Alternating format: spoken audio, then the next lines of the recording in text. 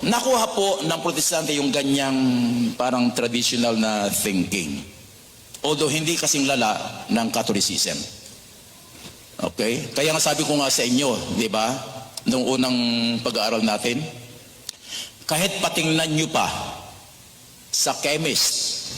Ano ang ibig sabihin ng chemist? Chemist na asa.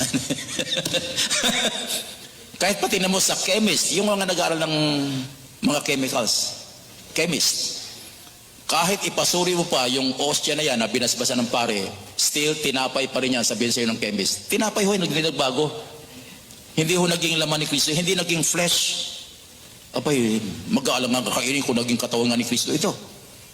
At yung katas ng ubas, hindi nagbago. Tanong mo sa mga chemist. Mag-dare silang ipacheck kung talagang naging dugo ni Kristo yung katas ng ubas o talagang naging katawan ni Kristo yung ostya.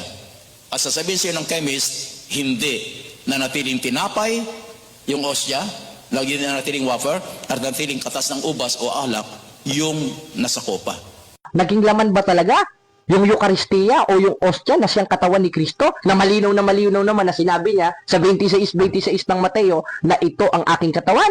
O panoodin natin ang documentary o short documentary, mga kapatid. Huwag kayong aantukin, bagamat mahaba ito, dedicated dito sa mga pastor na ito, lalo na itong nasa Binyan, ang pag-aaral o pagsusuri ng mga eksperto patungkol sa banal na Eucharistia, lalo na yung nasa Lascaux, Italy. Panoodin natin. Ang tanyag na propesor at doktor na si Dr. Eduardo Linoli. Siya ay propesor ng anatomy at pathological histology, gayon din ng chemistry at clinical microscopy. Siya din ang pinakapinunong doktor sa lahat ng mga ospital ng Arezzo. Ang naging assistant niya ay si Dr. Ruggero Bertelli, isang dalubhasang propesor ng human anatomy sa Siena University. Ang investigasyon ay ginamitan ng state-of-the-art technology at kumpleto sa dokumentasyon kasama ang mga microscopic photographs. Iprinesenta ni Dr. Linoli ang resulta ng kanyang investigasyon at ang kanyang mga natuklasan noong March 4, 1971 at ito ay ipinublish sa Quadernis Clavo di Diagnostica Clinica e di Laboratorio noong September 1971. Sa pag-aaral ni Dr. Linoli, kinumpirma niya na ang laman ay totoong laman at ang dugo ay totoong dugo at pareho itong galing sa buhay na tao. Ang laman ay walang dudang galing sa puso. Nakita niya sa specimen ng laman ang mga sumusunod na bahagi ng puso, ang myocardium, endocardium, vagus nerve at left ventricle. Namangha si Dr. Linoli sa pagkakahiwa ng laman na kanyang ineksamin. Sinabi niyang isang dalubhasa lang na may ekspertong kamay ang kayang kumuha ng ganoong klaseng hiwa ng tissue na galing sa puso. Kinumpirma rin niya na ang mga namuong dugo at ang dugong nasa specimen ng laman ay parehong may blood type na AB positive. Nakita rin sa dugo ang mga minerals na chlorate, phosphorus, magnesium, potassium, sodium at calcium. Nakitaan din ito ng protina na may kaparehong proportion na gaya ng sa ordinaryong dugo ng tao.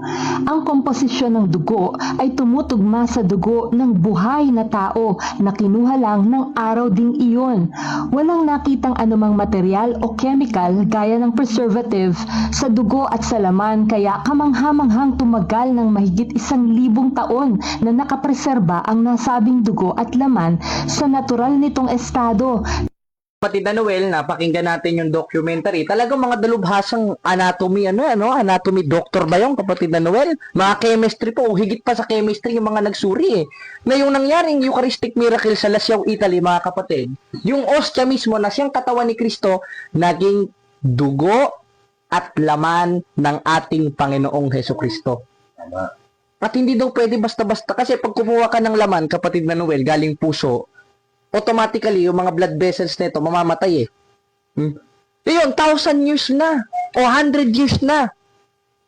Yung DNA, tsaka yung mga blood vessels, buhay pa rin, na parang ngayon lang rin kinuha.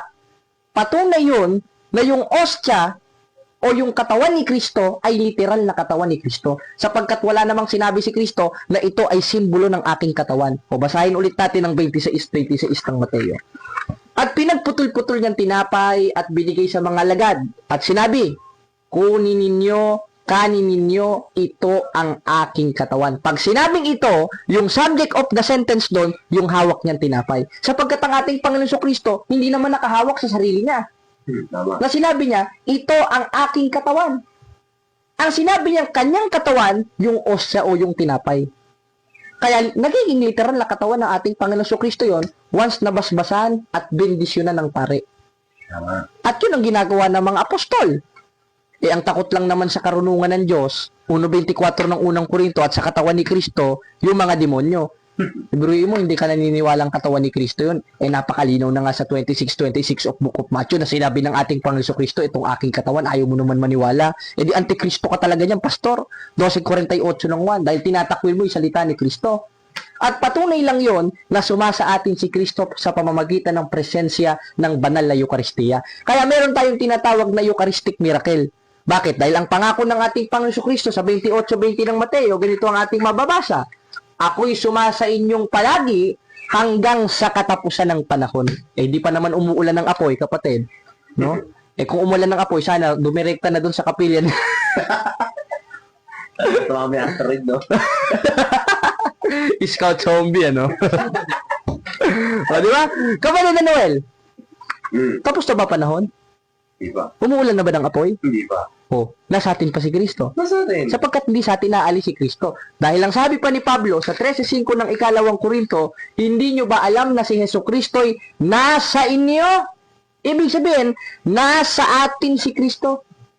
Sa papaanong paraan? Sa pamamagitan ng tinapay na pinagputol-putol niya at binigay niya sa mga alagad na siya dapat gawin during congregation o tuwing unang araw ng sanglinggo o linggo. Bakit? 27 ng gawa at tuwing unang araw ng sanglinggo nang kami magkapisan at pagputol-putulin ang tinapay. Ibig sabihin, ang mga apostoles, tuwing unang araw ng sanglinggo o linggo, nagpuputol-putol sila ng tinapay. At ayon mismo kay Kristo, sa 26:26 ng Mateo, ito ang aking katawan. Hindi naman sinabi na ito ang simbolo ng aking katawan. Kasi kay Pastor, simbolo daw eh. Wala namang sinabi simbolo. Literal na nga, hawak na nga ni Kristo eh. Alam nga naman hawakan yung ano mo. Yung Kristo mo na lang sana yon, Pastor. Dahil bulaan ka, pati Kristo mo bulaan eh. Wala namang tinayong baptist si Kristo eh. O basahin natin. 24 Maraming magsisipare itong mga bulaang propeta at bulaang Kristo. Yung Kristo nyo na lang yun. Gusto ibahawakan. Pero yung Kristo natin, o yung Kristong totoo, na ayon sa Biblia, na siyang nagtatag ng Iglesia Katolika, Apostolika, Romana, na siyang Iglesia ni Kristo, napakalinaw eh. Hawak niya yung tinapay, sinabi niya sa mga lagad, kunin ninyo, kanin ninyo, ito ang aking katawan. Ito ang akong lawas. Sa Cebuano.